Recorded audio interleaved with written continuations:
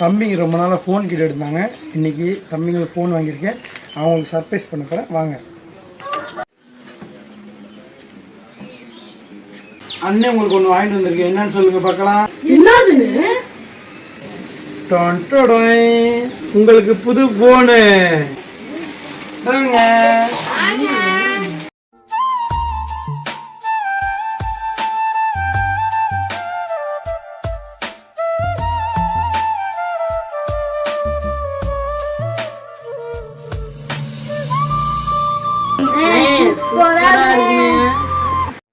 Two weeks later.